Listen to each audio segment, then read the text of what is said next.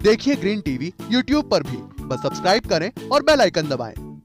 नमस्कार दोस्तों, स्वागत है आप सभी का किसान बुलेटिन में और मैं हूं आपके साथ पारुल यादव। चलिए नजर डालते हैं किसान बुलेटिन में आज की बड़ी हेडलाइंस पर। मक्का की व्यावसायिक खेती को बढ़ावा देने में जुटी सरकार। ICAR IIMR ने जारी की मक्के की 4 हाइब्रिड किस्में। सूखा प्रभावित किसानों के लिए सरकार ने किया बड़ा ऐलान। किसानों से ट्यूबवेल बिल नहीं लेने का किया फैसला। राजस्थान में दिखा गायों के शवों का सैलाब। हिमाचल के डेयरी किसानों ने की महामारी घोषित करने की मांग। Indian council of agriculture research के इंडियन इंस्टीट्यूट ऑफ मक्का रिसर्च लुधियाना ने हाल ही में मक्का की 4 हाइब्रिड किस्में जारी की हैं, जिसमें पहली फाइटिक एसिड मक्का की हाइब्रिड किस्म PMH1LP भी शामिल है। तो वहीं बाकी किस्मों की अगर बात करें तो इनमें IMH 222, IMH 223 और IMH 224 किस्मों का नाम शामिल है। ये हाइब्रिड किस्में मक्के की व्यावसायिक खेती करने वाले किसानों के लिए बेहद ही फायदेमंद है। बदलते मौसम, कम बारिश और जलवायु परिवर्तन को ध्यान में रखते हुए फसल विविधीकरण पर जोर दिया जा रहा है, जिसके तहत मक्का की खेती को प्रोत्साहित किया जा रहा है। साल 2007 में पंजाब एग्रीकल्चर यूनिवर्सिटी ने PMH1 किस्म को विकसित किया था, जिसका उन्नत वर्जन PMH1LP को माना जा रहा है। ये एक हाइब्रिड किस्म है जो कि कमर्शियल फार्मिंग को ध्यान में रखकर जारी की गई है। वैज्ञानिकों के मुताबिक पंजाब, हरियाणा, उत्तराखंड के मैदानी इलाकों के साथ ही ये किस्म पश्चिम यूपी और दिल्ली के किसानों के लिए बेहद ही फायदेमंद मानी जा रही है। जानकारी के मुताबिक PMH1LP के मूल संस्करण PMH1 की तुलना में 36% कम फाइटिक एसिड होता है, जिसमें कार्बनिक फॉस्फेट की 140% ज्यादा उपलब्धता होती है। गौरतलब है कि PMH1LP किस्म की उपज क्षमता 95 क्विंटल प्रति हेक्टेयर से ज्यादा है। ये किस्म maydis leaf blight, turcicum leaf blight, charcoal rot जैसे प्रमुख रोगों के प्रतिरोध में भी सक्षम है। पोल्ट्री क्षेत्र में भी इस किस्म को काफी पसंद किए जाने की उम्मीद है। बारिश न होने की वजह से कई इलाकों में सूखे की स्थिति बन चुकी है। उत्तर प्रदेश के मुख्यमंत्री योगी आदित्यनाथ ने प्रदेश में सूखे की स्थिति के सर्वेक्षण का आदेश दिया है। इसके लिए 75 जिलों में 75 टीमें बनाने के लिए भी कहा गया है।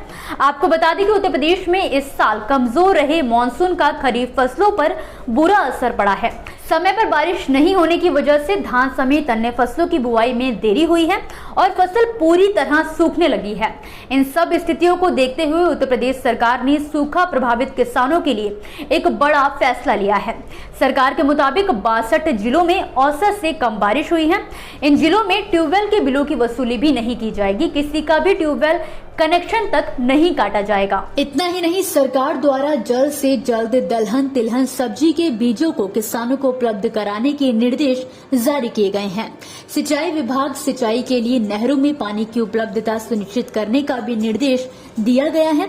तो वहीं बिजली विभाग को भी बिजली की आपूर्ति बढ़ाने का आदेश जारी किया गया है, ताकि प्रभावित किसानों के सामने सिंचाई को लेकर कोई समस्या न आए। गौरतलब है कि किसानों की स्थिति को देखते हुए कैबिनेट की बैठक में सरकार ने विभिन्न पारिस्थितिकीय संसाधनों द्वारा खेत में खड़ी फसल, तैयार उपज के सुरक्षित भंडारण के लिए अगले 5 सालों तक 192 करोड़ 57,75,000 रुपए की धनराशि खर्च करने का फैसला लिया है। लंपी वायरस का कहर बढ़ता ही जा रहा है। इस वायरस ने धीरे धीरे कई राज्यों की गायों और गौवंशों को अपनी जद में ले लिया है, जिसकी वजह से सैकड़ों गौवंशों की रोज मौत हो रही है। हालात तो यहाँ तक खराब है कि इन गौवंशों की लाश तक का ठिकाना नहीं लग पा रहा है। खुले में शव पड़े रहने से दुर्गंध बढ़ती जा रही है, जिससे आसपास के लोगों का रहना दूभर हो गया है। राजस्थान के बीकानेर से वायरल हो रहे एक वीडियो में गायों के शवों को खुले में यूं ही लावारिस पड़ा हुआ देखा जा रहा है, जिसकी चर्चा सोशल मीडिया पर भी खूब जोर शोर से हो रही है।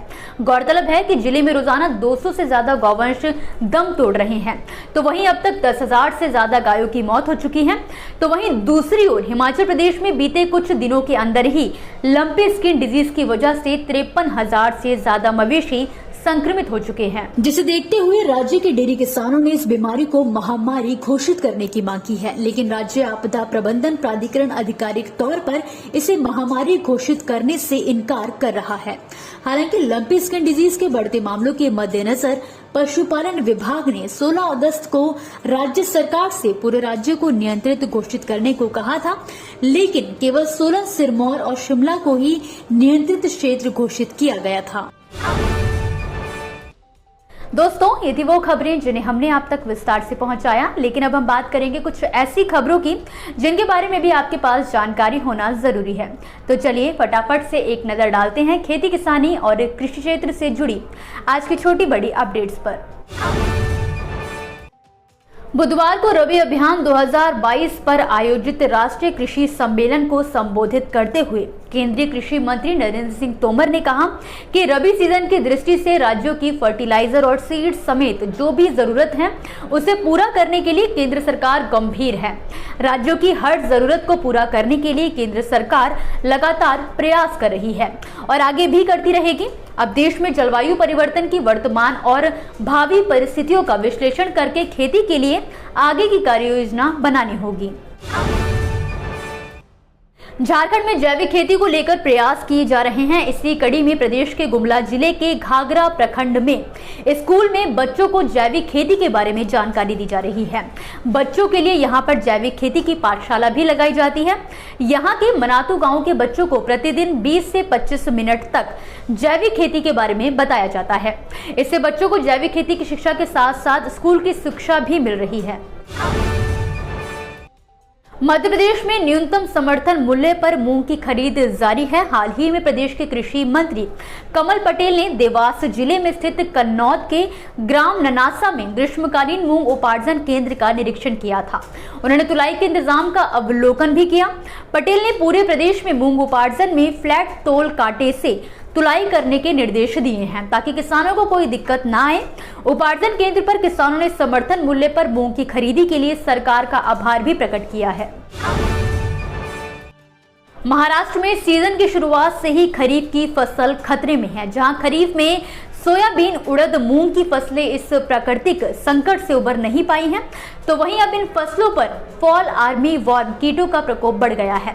कहा जा रहा है कि इस खतरे का सीधा असर उत्पादन पर पड़ेगा, क्योंकि ये खतरा फल लगने के समय पैदा होता है। ऐसे में किसान फसलों को उखाड़कर फेंकने के लिए मजबूर तक हो चुके हैं।